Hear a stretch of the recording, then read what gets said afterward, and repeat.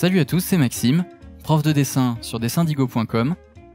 Pour cet exercice, je vais parler un petit peu du verre et des objets transparents en général, parler un petit peu des reflets, de la transparence et tout ça, comment dessiner ça, comment représenter ça, que ce soit en noir et blanc, en traditionnel, en couleur, en numérique. Donc quelle que soit votre façon de dessiner, quel que soit le support que vous utilisez, restez jusqu'à la fin.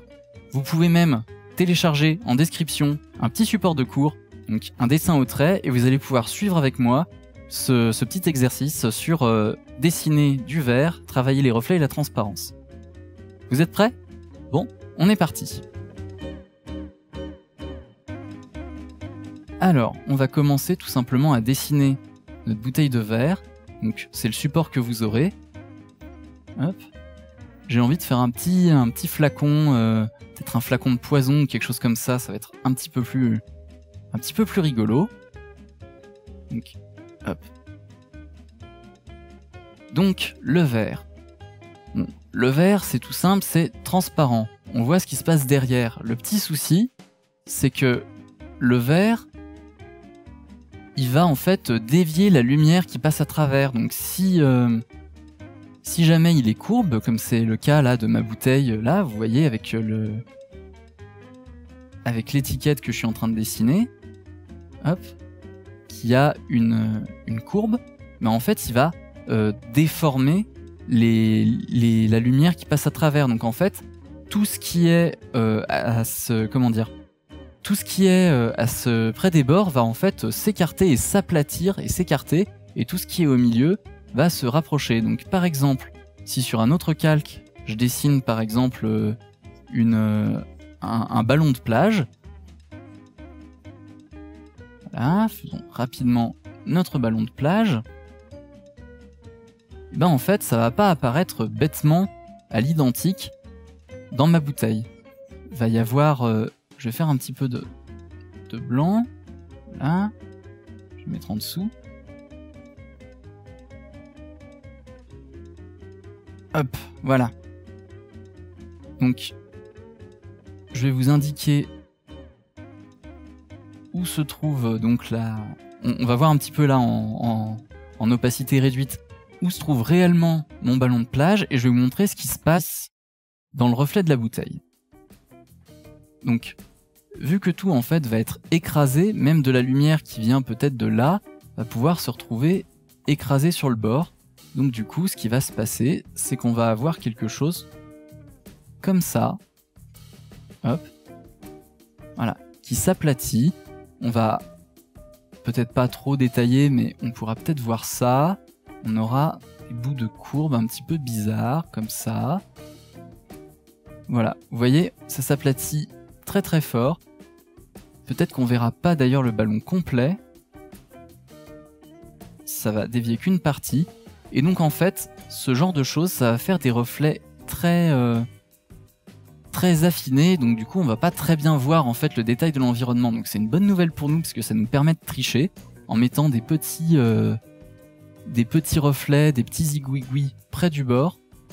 On va pouvoir en fait faire croire qu'on a des reflets complexes et réalistes, alors qu'en fait, on a juste triché et fait de l'improvisation. Ça, en fait, nous dessinateurs, on aime bien quand on peut tricher simplement.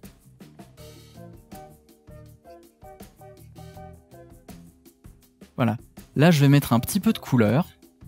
Donc, la couleur, pareil, vu qu'en fait, mon verre, vous voyez à travers une plus grosse épaisseur de verre près du bord, hein, vu que, vous voyez la forme vue du dessus.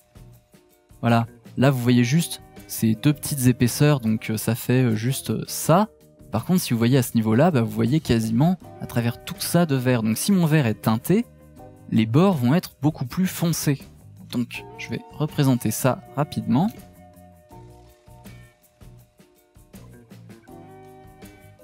Donc je fais le milieu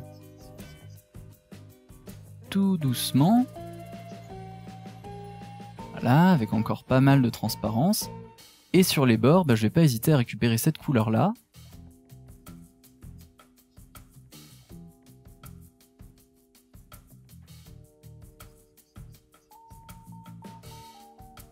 Voilà.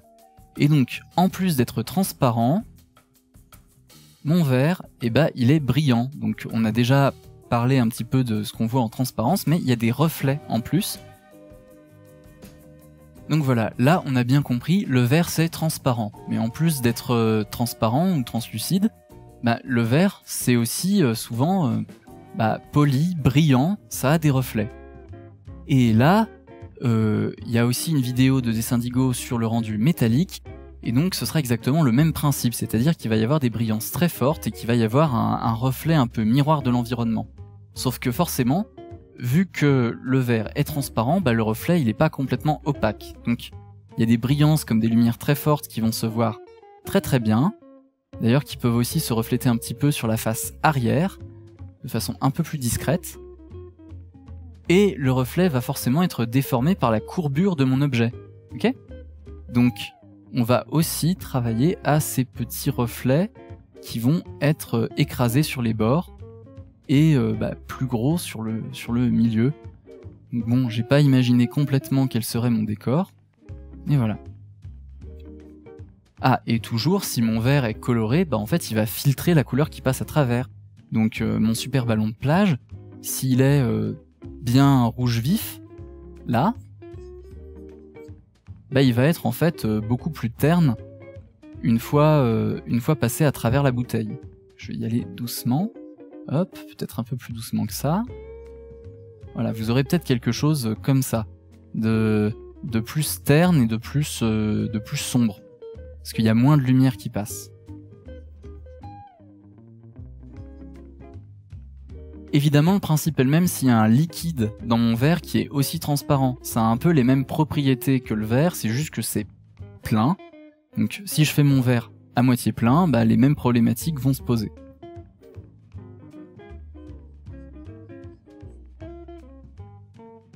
Et donc ça va encore se déformer, donc il va encore y avoir des reflets en surface,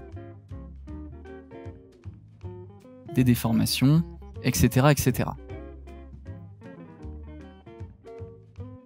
Donc voilà, cette petite vidéo d'astuce sur le rendu du verre est terminée.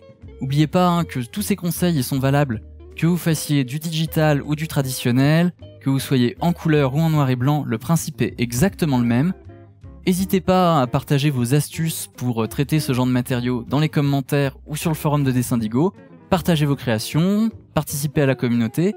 Si ça vous a plu, abonnez-vous à la chaîne. Et puis, je dois aussi vous signaler que j'ai une formation complète qui traite de plein d'autres matériaux, de tout le digital painting en général, traits, couleurs, conception, composition, etc., qui est sur le site de Dessindigo. Allez, il me reste plus qu'à vous dire au revoir, et à la prochaine, on se retrouve sur Dessindigo.